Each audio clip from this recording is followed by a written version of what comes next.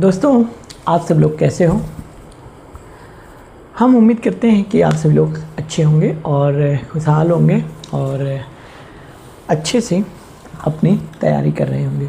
तो दोस्तों, जैसा कि आप सभी लोगों को पता है कि डीएलएड का एग्ज़ाम जो है 2 दिन आगे हो चुका है, यानी जो परीक्षा की डेट थी उससे 2 दिन और आगे बढ़ गई है। तो दोस्तों, और कल फॉर्म का भी लास्ट डेट है, तो आप लोग उम्मीद करते हैं कि सभी लोग फॉर्म भर चुके होंगे और जिनका भी कुछ अगर कोई गड़बड़ हुआ है तो इसके बाद आप करेक्शन कर सकते हैं।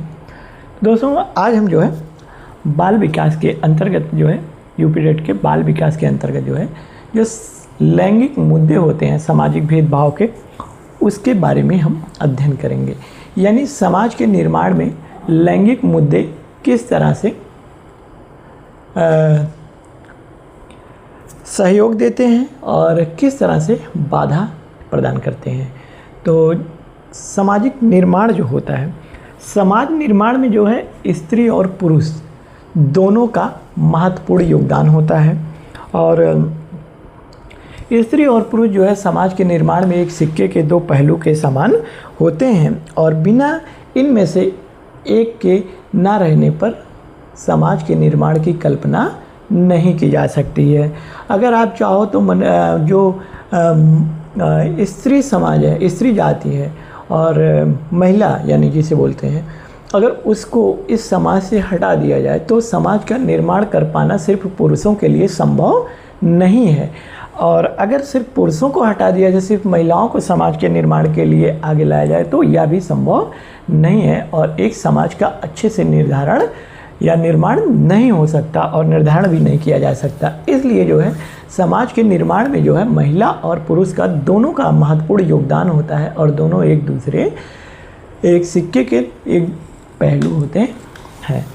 और जैसे पहले क्या होता था कि प्राचीन काल में जो है स्त्री को बहुत महत्व दिया जाता था। प्राचीन काल में स्त्री को बहुत महत्व दिया जाता था। वैदिक काल में जो है, वैदिक काल में स्त्री प्रत्येक पद पर पुरुष की जो है सहभागिनी होती थी और उसे शिक्षा प्राप्त करने, वेद पढ़ने का अधिकार भी प्राप्त होता था और जो है वे सामाजिक नीतियों के निर्धारण, नियंत्रण और परिस्थिति नियंत्रण व संचालन में अत्यधिक महत्वपूर्ण योगदान भी देती थी। उस समय जो है कुछ विदुषी थी, महिलाएं थी जो है, जैसे मैत्री हो गई, गार्गेयी हो गई व लोपामुद्रा आदि उस समय की जो है विदुषी महिलाएं थीं। और इसी तरह से अब हम देखते हैं कि जेंडर क्या होता है। तो जेंडर जो है, जेंडर क्या होता है कि व्यवहारों का एक समुच्चय होता है। व्यवहारों का एक समुच्चय होता है जो कि पुरुष और महिलाओं के लिए समाज द्वारा निर्धारित किया जाता है। जेंडर एक व्यवहारों का सेट यानी समुच्चय होता है जो स्त्री और पुरुष द्वारा मिल करके समाज के लिए निर्धारित करता है। हर समाज अपने लिए जो है जेंडर संबंधी भूमिकाएं तय करता है।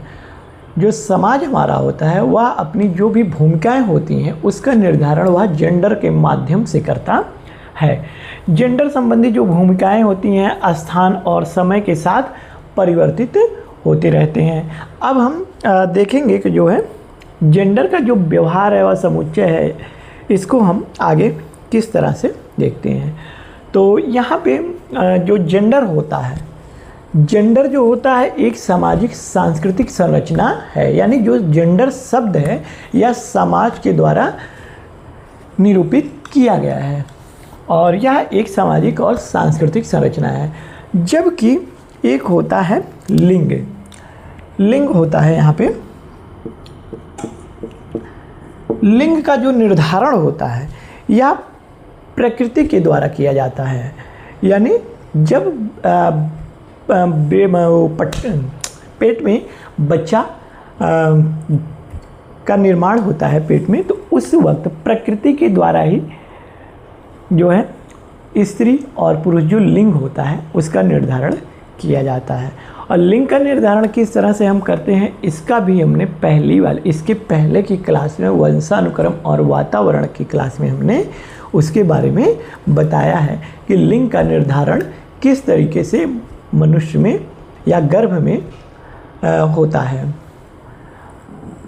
और अब हम देखते हैं लिंग यह किसी व्यक्ति की शारीरिक और प्राकृतिक विशेषता है। यह किसी भी व्यक्ति की,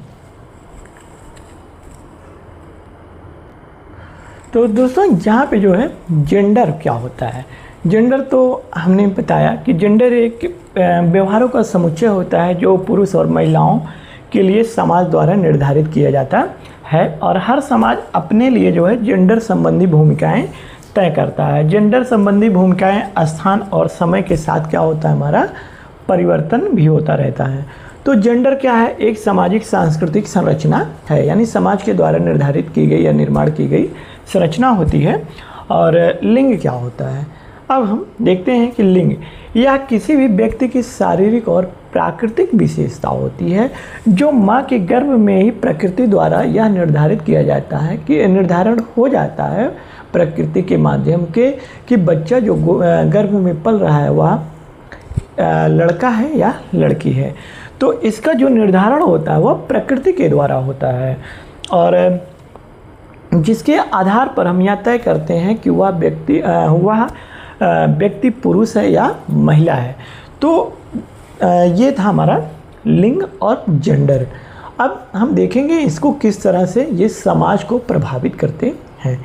आगे जैसे अब हम देखते हैं यहाँ पे लिंग जो होता है वह हमारा एक जैविक संरचना प्रकृति प्रदत्त होती है, यानी इसका जो निर्धारण होता है या जैविक यानी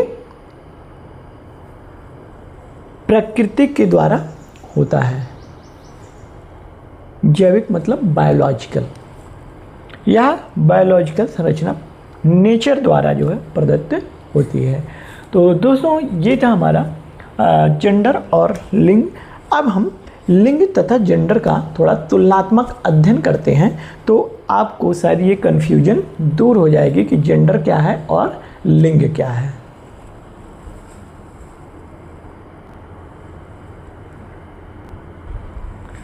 अब यहाँ पे हम देखेंगे लिंग तथा जेंडर का तुलनात्मक अध्ययन हम यहाँ पे देखेंगे।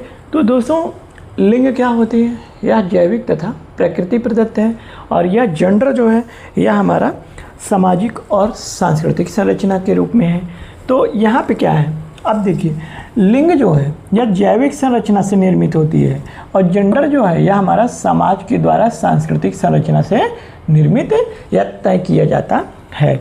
और लिंग जो होता है वह हमारा प्रकृति से प्रदत्त निर्माण होता है, प्रकृति के माध्यम से इसका निर्धारण होता है, जबकि जेंडर का समाज के द्वारा निर्धारण किया जाता है। और यहाँ पे ये जो है हर मामले में हर परिस्थिति में जो है स्थिर होता है और ये क्या होता है, यह परिवर्तनीय होता है, यानी इसको जो है हम बदल सकते हैं परंतु इसको नहीं बदल सकते। आप स्त्री को पुरुष नहीं कर सकते हैं और पुरुष को स्त्री में नहीं बदल सकते हैं। लेकिन आज के समय में टेक्नोलॉजी हमारा विज्ञान इतना आगे चला जा चुका है कि आजकल लोग अपना लिंग भी चेंज करा सकते हैं। तो ये बात वहाँ तक नहीं हो रही है, बात सिर्फ यहीं तक हो रही है जो समाज के निर्माण में लैंगिक मुद्दे होते हैं और उनके बीच तक की ही हो रही है। तो कुछ जो हमारे छात्र हैं वो ये ना समझें कि जो है इसका परिवर्तन नहीं होता है। लिंग का भी आजकल लोग परिवर्तन करा देते हैं जो बहुत बड़े पैसे वाले होते हैं और यह भी संभव है हमारी जो विज्ञान की टेक्नोलॉजी है उसके अंतर्गत। तो खैर उसको हम छोड़ते हैं। हमारा जो ये टॉपिक है समाज के निर्माण में जो हमारा लिंग और जेंडर संबंधित मुद्दा है उसके बारे में ही हम यहाँ पे देखेंगे। तो जो समाज के निर्माण में जो लिंग का स्थान होता है उसको हम परिवर्तित नहीं कर सकते, परंतु जेंडर का जो स्थान होता है वह परिवर्तनशील होता है और व्यक्तिगत होता है। लिंग जो होता है यह व्यक्तिगत होता है, यानी एक पुरुष है तो वह पुरुष ही रहेगा और स्त्री है तो वह एक ही स्त्री रहेगी, ऐसा नहीं है कि एक स्त्री है तो उसके दो भाग हो जाएंगे या दो हो जाएगी। तो और यहाँ पे जो है जेंडर जो होता है यह एक व्यवस्थित क्रम होता है, यानी एक सेट यानी समुच्चय होता है। और इसका जो है ये अस्त्री होता है जबकि ये स्त्री होता है, और ये अपरिवर्तनशील है यानी यह परिवर्तित नहीं किया जा सकता, और यह जो है परिवर्तित किया जा सकता है। तो उम्मीद है कि आप लोगों को लिंग और जेंडर का जो तुलनात्मक अध्ययन यहाँ पे दिया गया है आप लोगों को अच्छे से समझ में आ गया होगा। और अब हम आगे बढ़ते हैं, लैंगिक भेदभाव को देखते हैं कि समाज के निर्माण में जो हमारा लैंगिक भेदभाव होता है उसको देखेंगे।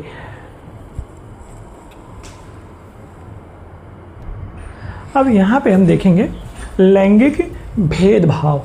लैंगिक भेदभाव क्या होता है, यानी जो लिंग के आधार पर जो भेदभाव किया जाता है, यानी स्त्री और पुरुष समाज के बीच जो भेदभाव होता है समाज में होता है और किसी स्थान पे जो किया जाता है वह क्या कहलाता है, हमारा लैंगिक भेदभाव कहलाता है।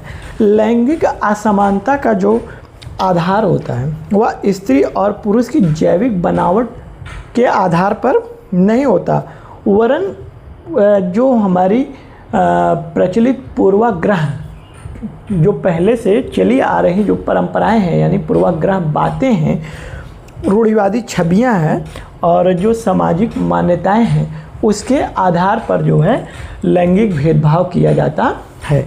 यानी कि जो हमारी एक तरह से देखा जाए कि जो हमारी लैंगिक भेदभाव में स्त्री और पुरुष की जो शारीरिक बनावट है उसके आधार पर नहीं किया जाता, बल्कि जो भेदभाव किया जाता है या लैंगिक पूर्वाग्रह से ग्रसित जो बातें हैं, जो रूढ़िवादियाँ हैं और छवियाँ हैं और जो समाज को स्वीकृत मान्यताएं प्रदान की गई हैं उसके माध्यम से जो है लैंगिक भेदभाव किया जाता है।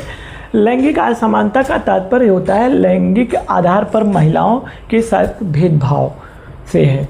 परंपरागत रूप से जो है अगर देखा जाए तो समाज में महिलाओं को कमज़ोर वर्ग के रूप में देखा जाता है। आज के समय में नहीं, आज के समय में स्त्रियां काफ़ी स्ट्रांग हो चुकी हैं और वह हर स्तर पर अगर कुछ % छोड़ दिया जाए तो वह हर स्तर पर मुकाबला करने के लिए पुरुषों को तैयार है और कंधे से कंधा मिलाकर चलने के लिए भी वह तैयार है।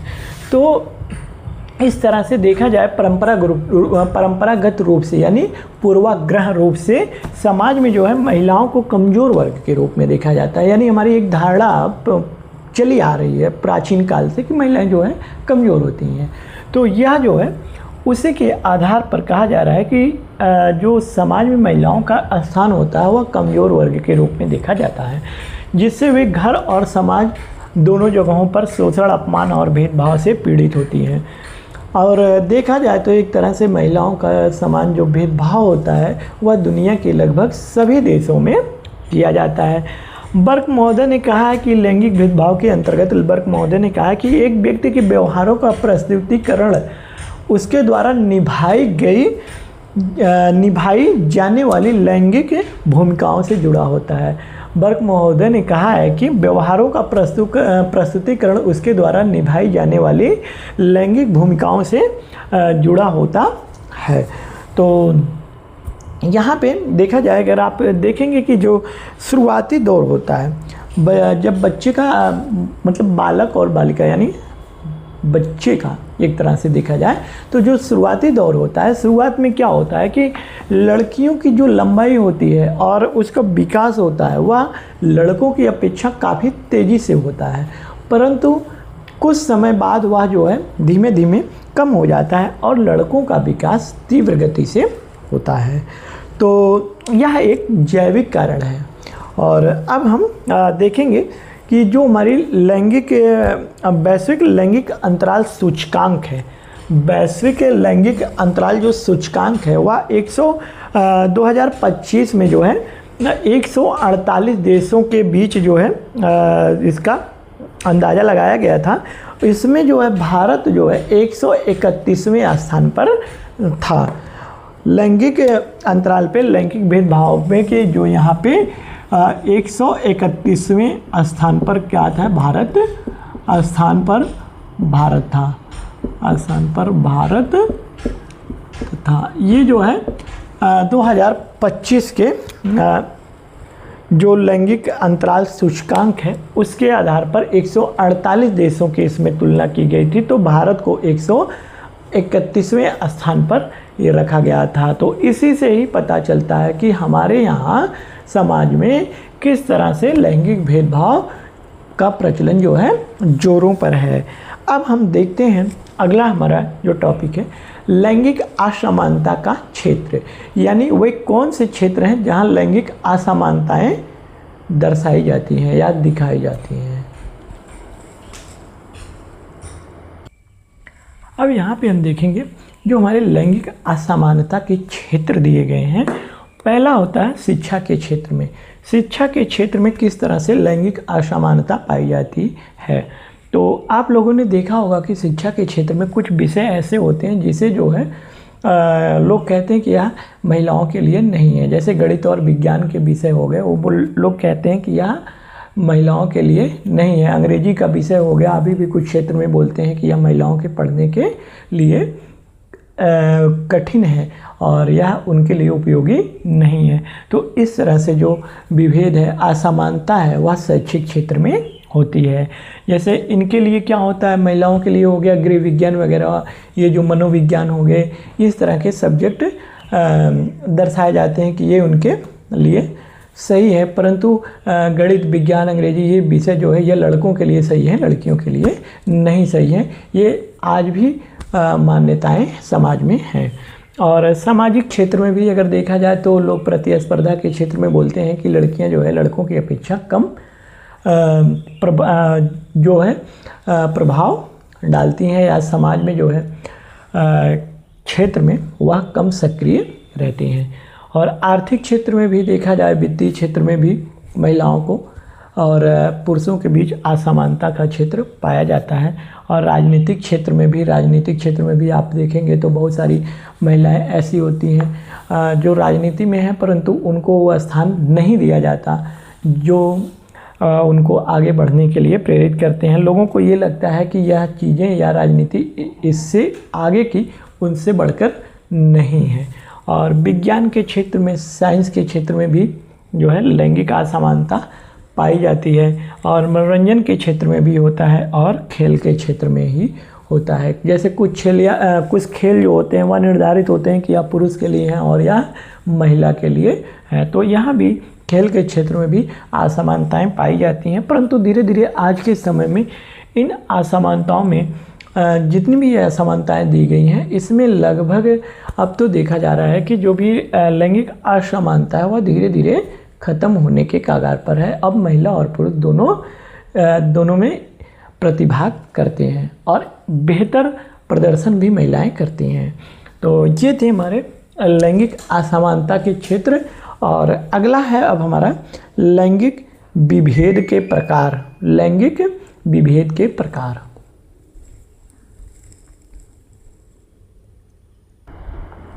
अब यहाँ पे हम देखेंगे जो लैंगिक विभेद के प्रकार होते हैं।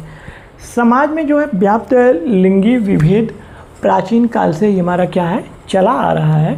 यह विभेद जो है कई प्रकार का होता है। और लिंगीय विभेद, अब यहाँ पे हम देखेंगे लिंगीय विभेद। तो लिंगीय विभेद के अंतर्गत जो है हमारा स्थानीय विभेद आता है, यानी हमारे जो आसपास के स्थान है उस स्थान पर महिला और पुरुष के बीच किस तरह से विभेद किया जाता है वो स्थान को स्थानीय विभेद कहते हैं। आर्थिक विभेद में भी जो है महिला और पुरुष के बीच किस तरह की असमानता है उसे देखते हैं। और भाषाई विभेद हो गया। और यहाँ पे रंग विभेद। भाषाई विभेद में आप देखेंगे लड़का को जा रहा है बोलेंगे और लड़की को जा रही है बोलेंगे। तो यहाँ पे इस तरह से जो भाषा बोली जाती है लड़कों के लिए और लड़कियों के लिए वह हमारा जो है भाषाई विभेद के अंतर्गत आता है। और रंग विभेद के भी अंतर्गत जो असमानता होती है वह भी लिंगीय विभेद के अंतर्गत आती है। और जातीय विभेद भी देखने को मिलता है समाज में, और सांस्कृतिक विभेद, यानी जो कुछ सांस्कृतिक कार्यक्रम वगैरह होते हैं वह यह निर्धारित करते हैं कि यह सिर्फ लड़कियों के लिए हैं और ये रोल सिर्फ लड़कों के लिए हैं। तो ये जो विभेद होते हैं लिंगीय विभेद के आधार पर तय किए जाते हैं। और अगला हमारा होता है कि जो लैंगिक विभेद होता है, यानी जो भेदभाव होता है वह परिवार से ही हमारा जो है शुरू हो जाता है, यानी परिवार से ही लैंगिक भेदभाव चालू हो जाता है। और विद्यालय जो है यह हमारी लैंगिक विभेद करने वाली एक औपचारिक संस्था होती है। विद्यालय जो है वह लैंगिक विभेद को करने वाली जो है वह एक शुरुआती औपचारिक संस्था होती है। और यहाँ पे आप जैसे विद्यालय में जो होता है कि आप देखेंगे कि बहुत से स्कूल ऐसे होते हैं, विद्यालय ऐसे होते हैं जहाँ पे को एजुकेशन होता है, और कहीं कहीं पे को एजुकेशन नहीं होता, ओनली फॉर गर्ल्स या ओनली फॉर बॉयज़ के लिए ही एजुकेशन वहाँ पे उपलब्ध होता है। और आप क्लास में भी देखे होंगे कि एक साथ बच्चों को के एजुकेशनल क्लासेस आपको देखने को नहीं मिलेगी। बहुत ही कम ही ऐसे विद्यालय होंगे जहाँ पे इस तरह से होता है। हमने भी देखा था कई सारी बोर्ड परीक्षाओं में देखे थे कि वहाँ पे हमने देखा कि जो अपने स्कूल की बच्चियाँ थी और अदर स्कूल के जो आए थे बच्चे, उनको भी अलग से बिठाने का प्रयास लोग कर रहे थे, और कई स्कूलों में बिठाते भी थे। बाद में हस्तक्षेप करने के बाद जो है वहाँ एक साथ बिठाना चालू किए। तो ये तो हमारा जो है लैंगिक भेदभाव का जो औपचारिक सिखाने वाली जो लैंगिक भेदभाव सिखाने की जो शुरुआती चरण होता है वह औपचारिक विद्यालय ही होता है। और विद्यालय में जो है अब हम देखेंगे कि लैंगिक विभेद होता है। विद्यालय में भी लैंगिक विभेद होता है, वह दो तरह से होता है, पाठ्यक्रम और पाठचर्या के अंतर्गत किया जाता है। पाठ्यक्रम में हमारे ऐसे विषय निर्धारित किए जाते हैं जो यह दर्शाता है कि यह सिर्फ लड़कियां पढ़ सकती हैं, इस विषय को लड़के नहीं पढ़ सकते। जैसे गृह विज्ञान हो गया तो लोग बोलते हैं यह सिर्फ लड़कियों के लिए ही बना है। गणित और अंग्रेजी विज्ञान ये जो है वह लड़कों के लिए है, यानी पुरुषार्थ विषय है। और यहाँ पे छिपी हुई पाठचर्या, जैसे पुरुष नेताओं को दर्शाना, अगर कहीं दर्शाया जाता है किसी काम के लिए तो वहाँ पे आप देखेंगे कि अक्सर पुरुष नेताओं को ही दर्शाया जाता है, महिलाओं को क्या किया जाता है, पीछे कर दिया जाता है। और महिलाओं को जो है परंपरागत भूमिका के रूप में भी दर्शाया जाता है। और पुरुषवादी विचार की जो है पाठचर्या के अंतर्गत जो पुरुषवादी विचारधाराएँ हैं उनको अधिकता से प्रदर्शित किया जाता है। तो ये था हमारा विद्यालय स्तर पर, और यहाँ पे लिंगीय विभेद, तो इसके बारे में हमने अध्ययन किया। अब हम यहाँ पे देखेंगे अगला जो हमारा टॉपिक है पूर्वाग्रह एवं उसके स्वरूप। पूर्वाग्रह क्या होता है उसे हम देखते हैं।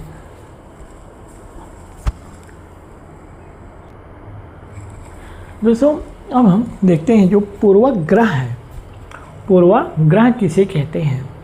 पूर्वाग्रह यानी यह किसी विशिष्ट समूह के प्रति अभिवृत्ति का उदाहरण है, यानी कोई विशिष्ट जो समूह होता है उसके प्रति जो है अभिवृत्ति का उदाहरण है, या व्यक्ति के मनोवैज्ञानिक संगठन का क्या है, एक अभिन्न अंग है।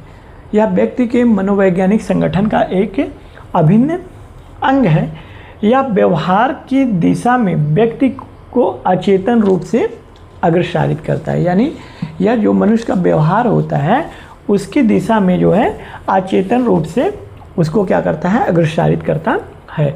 यह जन्मजात नहीं होता अपितु उम्र के साथ सीखा जा सकता है। पूर्वाग्रह जो होता है आप जन्मजात सीख करके नहीं आते, बल्कि धीरे धीरे जैसे जैसे आपकी उम्र बीतती है धीरे धीरे आप उसको सीखते चले जाते हैं।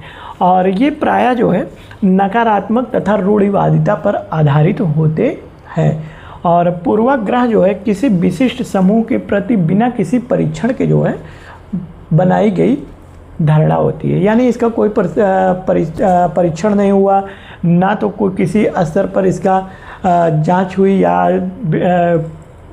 इसका जो है परीक्षण किया गया, और ऐसे ही जो है यह एक धारणा के रूप में प्रचलन में आया। और अब आगबर्न महोदय ने कहा है कि पूर्वाग्रह एक जल्दी में किया गया निर्माण या बिना परीक्षण के बनाई गई राय है। जो है यहाँ पे अकबर ने कहा पूर्वाग्रह एक जल्दी में किया गया निर्माण या बिना परीक्षण के बनाई गई राय है। और इसको जो है जेम्स ड्रेवर ने कहा है कि पूर्वाग्रह एक विशेष प्रकार के कार्यों, वस्तुओं, व्यक्तियों तथा सिद्धांतों के विरुद्ध अथवा पक्ष में एक अभिवृत्ति है जिसके साथ कुछ संवेग भी जुड़े रहते हैं। अर्थात इनके कहने का मतलब ये हुआ कि जैसे कुछ वस्तुएं हो गई और कुछ व्यक्ति हो गया, उसके प्रति एक पूर्वाग्रह प्रचलित होता है कि यह फला आदमी कर सकता है और यह नहीं कर सकता, यानी इस कार्य को कौन कर सकता है, कौन नहीं कर सकता है। तो ये एक प्रकार की धारणा के रूप में चली आई है कि ये काम इनका है तो ये काम यही कर सकते हैं, कोई और नहीं कर सकता। तो ये इसी तरह से यहाँ पे पूर्वाग्रह से संबंधित इन्होंने अपना मत दिया है। और न्यू काम ने कहा है कि विरोध जो है पूर्वाग्रह एक विरोधात्मक मनोवृत्ति है, यानी एक विरोध करने वाली जो मनोभावना है वह है, न्यू काम महोदय ने कहा है। अब हम पूर्वाग्रह के स्वरूप देखते हैं कि इसके कौन कौन से स्वरूप हमें पूर्वाग्रह को देखने के मिलते हैं। तो आइए और देखते हैं यहाँ पे। अब यहाँ पे हम देखेंगे कि जो हमारे पूर्वाग्रह के स्वरूप होते हैं वह कौन कौन से होते हैं। तो जो पूर्वाग्रह के हमारे स्वरूप हैं वह वर्ण है, भाषा है, रंग है, शारीरिक संरचना है, जाति है, धर्म है, पहनावा है। ये सारी चीज़ें क्या होते हैं, हमारे पूर्वाग्रह के स्वरूप होते हैं। अब पहनावा के अंतर्गत अगर आप देखेंगे तो कुछ जो लड़कियों के कपड़े होते हैं, महिलाओं के कपड़े होते हैं, वह सिर्फ महिलाएं ही पहन सकती हैं, लड़के नहीं पहन सकते हैं। और जो जाति होती है, महिलाओं की अलग जाति होती है, पुरुषों की अलग जाति बनाई गई है। और धर्म जो होता है इसके अंतर्गत भी जो पूर्वाग्रह प्रचलित होता है, और कि इस धर्म के लोग इसे ही कर सकते हैं, इस कार्य को इस धर्म के लोग कर सकते हैं और इस कार्य को इस धर्म के लोग कर सकते हैं।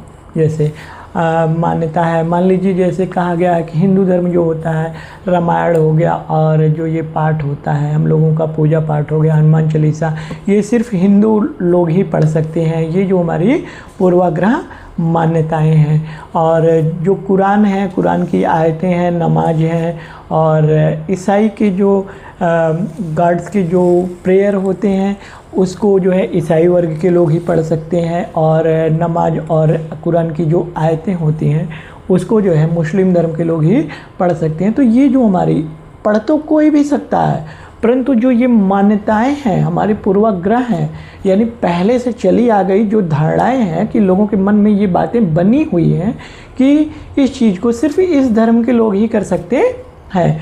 तो ये चीज़ें जो है पूर्वाग्रह के अंतर्गत ही आती हैं। और शारीरिक संरचना देखा जाए तो मनुष्य और जो महिलाएं होती हैं उनके शारीरिक संरचना में भी अंतर देखने को मिलता है। अगर आप देखेंगे शारीरिक संरचना के अंतर्गत तो पुरुष के वक्षस्थल और महिलाओं के वक्षस्थल में आपको फ़र्क दिखेगा। और जो महिलाएं की स्किन होती है और पुरुषों की स्किन होती है, त्वचा जिसे बोलते हैं, उसमें भी आपको कोमलता का और कठोरता दोनों का एहसास आपको देखने को मिलेगा।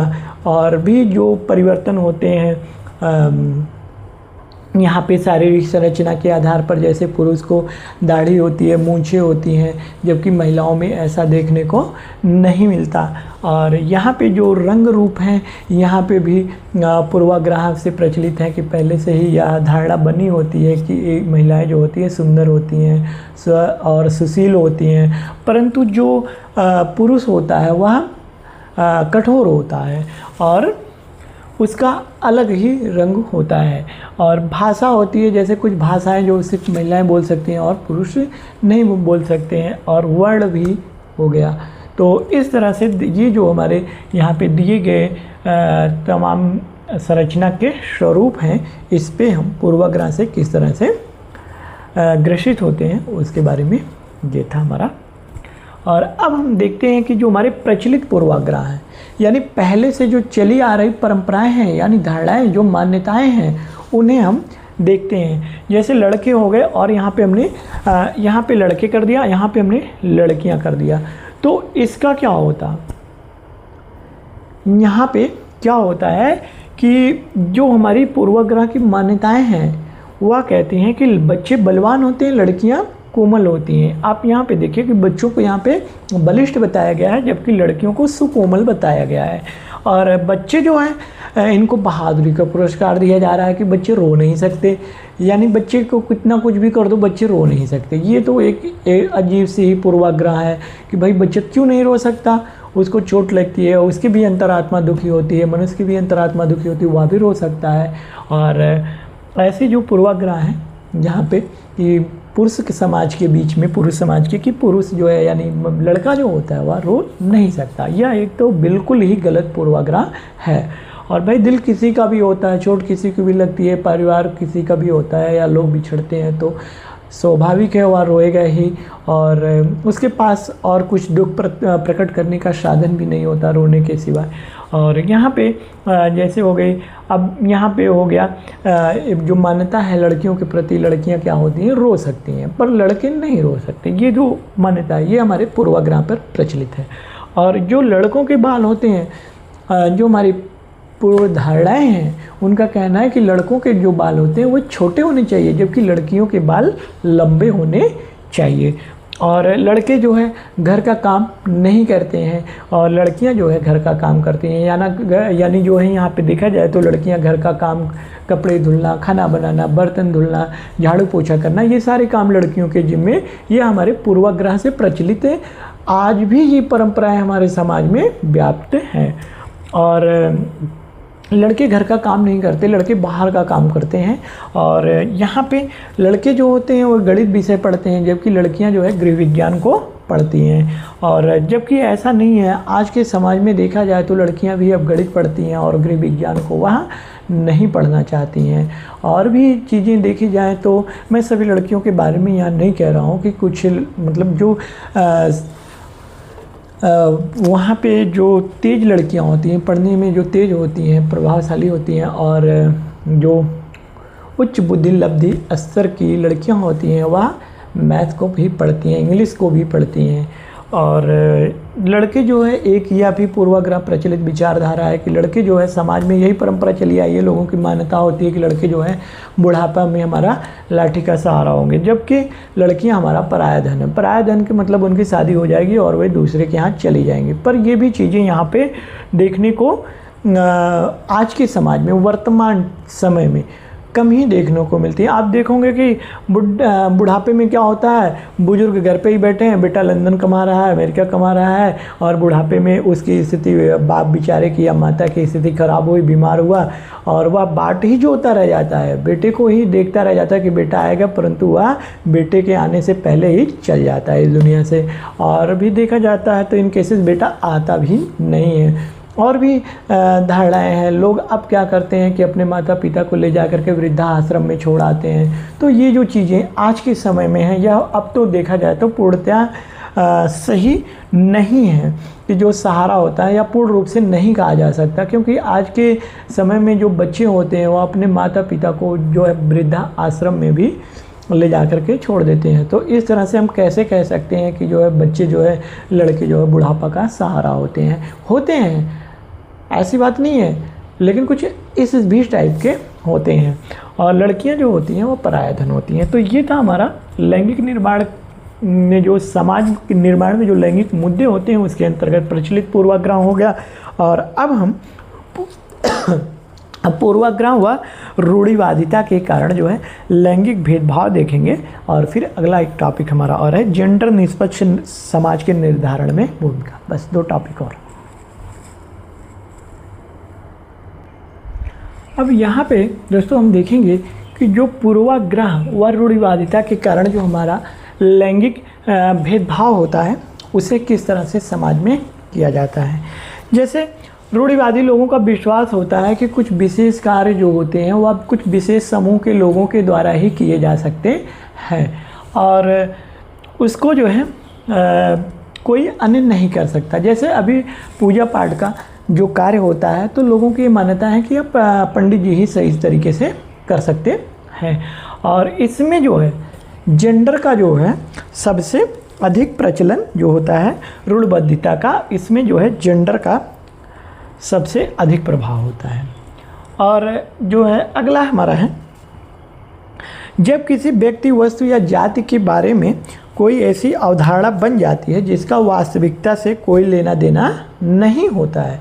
यानी जब किसी वस्तु के बारे में कोई ऐसी अवधारणा बन जाती है जिसका वास्तविकता से कोई लेना देना नहीं होता है, तो उसे रूढ़िबद्ध धारणा कहा जाता है। रूढ़िबद्ध धारणा उसे कहा जाता है। यानी समाज में एक ऐसी जो है धारणा बन जाती है जिसे समाज का कोई वास्तविकता से लेना देना नहीं होता, उसी को हम क्या कहते हैं, रूढ़िबद्ध धारणा कहते हैं। जैसे कि भारतीय समाज में लड़कियों के प्रति यह धारणा होती है कि वे घरेलू कार्यों को कर सकती हैं, जबकि लड़के इस कार्य को, घरेलू कार्य को नहीं कर सकते।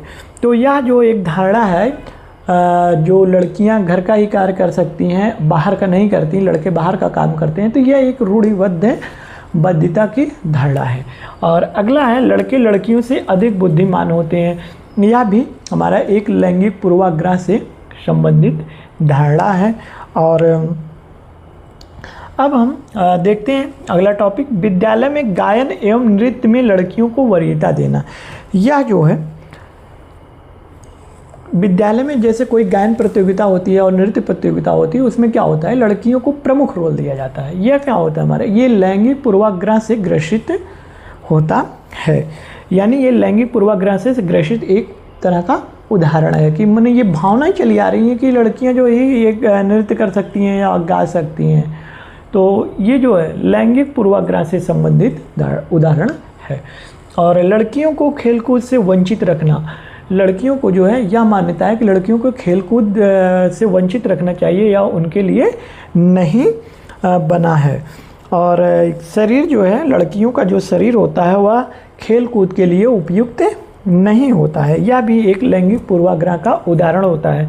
जबकि एक उदाहरण ये भी है कि लड़कों के लिए कि लड़की की तरह तुम मत रहो, तुम लड़के हो, यह भी एक तरह का रूढ़िवादिता और जेंडर से प्रचलित धारणा यहाँ पे है। और लड़कियाँ हमेशा अच्छा करने वाली, यह भी एक प्रकार की धारणा ये है कि लड़कियाँ हमेशा अच्छा करने वाली, सुकोमल व भावुक होती हैं। और लड़कों को आप देखे होंगे कि जो लड़का होता है उसको खेलने के लिए कार दिया जाता है छोटे बच्चों को, और जो बड़ा होते जो लड़कियां होती हैं उनको गुड़िया दी जाती है। तो यह भी हमारा जो है जो जेंडर को, पक्षपात को दर्शाता है। क्या लड़कियां कार नहीं खेल सकती हैं? बिल्कुल खेल सकती हैं। लड़के भी गुड्डे खेल सकते हैं, परंतु हमारे समाज में ये धारणा है, जेंडर पक्षपात है एक तरह से देखा जाए, कि लड़कियों को जो है गुड़िया पकड़ा दिया जाता है और लड़कों को कार दिया जाता है। तो ये जो हमारे लैंगिक जो यहाँ पे जेंडर पक्षपात को यहाँ पे दर्शाया जाता है। तो अब हम देखते हैं अगले टॉपिक, जो हमारी लास्ट टॉपिक है, जेंडर निष्पक्ष समाज के निर्माण में शिक्षक की भूमिका किस तरह से होती है, उसे देखते हैं। ये हमारी लास्ट टॉपिक है, लैंगिक निर्माण, समाज के निर्माण में लैंगिक मुद्दे की।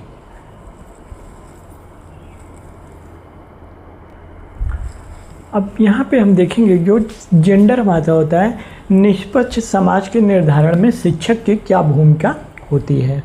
यानी शिक्षक को एक ऐसा वातावरण क्रिएट करना चाहिए शिक्षा के क्षेत्र में कि वहाँ पे जो है जेंडर संबंधित समस्या ना आए और ना ही लैंगिक विभेद प्रकार की समस्या आए। तो उसके लिए जो है शिक्षक को कुछ महत्वपूर्ण बातों को विशेष रूप से ध्यान में रखना चाहिए। जैसे लड़के व लड़कियों को हमेशा समान अधिकार देना चाहिए। ऐसा नहीं है कि किसी कार्य के लिए लड़कों को ज़्यादा अवसर दीजिए और लड़कियों को कम दीजिए, या फिर लड़कियों को ज़्यादा दीजिए लड़कों को कम दीजिए, बल्कि दोनों को समान अधिकार दिया जाए। और लड़के एवं लड़कियों के साथ जो है जो बिहेवियर होता है उसको जनरल रूप से एक सामान्य व्यवहार सबके साथ किया जाए। और लिंगवादी भाषा का निषेध, यानी जो लिंगवादी भाषाएं होती हैं उसका जो है निषेध करना चाहिए। और लिंग मिश्रित समूह का निर्माण करना चाहिए। लिंग मिश्रित समूह का निर्माण मतलब जैसे कोई प्रैक्टिकल हो गया, किसी प्रकार का खेल हो रहा है विद्यालय में या कराया जा रहा है, या जो किसी प्रकार की गतिविधि कराई जा रही है और क्लास में दोनों लड़के और लड़कियों को समान रूप से बैठाया जाना चाहिए और उनमें जो भी क्रियाकलाप कराए जा रहे हैं उनमें जो है दोनों को शामिल किया जाए। और एक आदर्श तथा जेंडर निष्पक्ष व्यवहार प्रस्तुत करना। एक शिक्षक को चाहिए कि एक आदर्श तथा जेंडर निष्पक्ष व्यवहार करना चाहिए। और रूढ़िबद्ध धारणाओं को बदलने के लिए जो है लड़कियों को प्रोत्साहित करना चाहिए। जो हमारी रूढ़िबद्ध जो विचारधाराएं हैं उनको बदलने के लिए जो है लड़कियों को हमेशा क्या करना चाहिए, प्रोत्साहित करना चाहिए और लड़के और लड़कियों को सक्रिय भागीदारी देना चाहिए। शिक्षक को चाहिए कि जो हमारे लास्ट ये टॉपिक है, शिक्षक को चाहिए कि लड़के और लड़कियों के बीच जो संबंधित वास्तविक भेदों को पहचान कर यानी लिंग भेद जो उनको दूर करने का प्रयास करना चाहिए और उसके प्रति जो है सख्ती दिखाना चाहिए। और लैंगिक भेदभाव, एक शिक्षक को चाहिए कि अपनी क्लास में जो है लैंगिक भेदभाव को कम करना चाहिए। तो ये थे जो है हमारा जेंडर निष्पक्ष समाज के निर्माण में शिक्षक की क्या भूमिका होती है उसके बारे में यहाँ पे हमने बताया। तो दोस्तों आज की जो हमारी क्लास थी समाज निर्माण में लैंगिक मुद्दे के अंतर्गत यह जो है यहीं पे समाप्त होती है। इसके अंतर्गत जो हमारे कुछ बहुविकल्पी प्रश्न हैं जो एग्जाम में पूछे जाते हैं उनको भी हम नेक्स्ट वीडियो में आपके सामने लाएंगे। तब तक के लिए धन्यवाद दोस्तों, बने रहिए आप लोग हमारे साथ। और अगर आपको हमारा जो क्लास अच्छी लगी हो तो आप हमारे चैनल को प्रमोट कीजिएगा यानी सब्सक्राइब कीजिएगा और लोगों तक पहुंचाने का ज़्यादा से ज़्यादा प्रयास कीजिएगा। और दोस्तों अगली जो हमारी टॉपिक है वह नैतिक एवं सामाजिक विकास की टॉपिक है।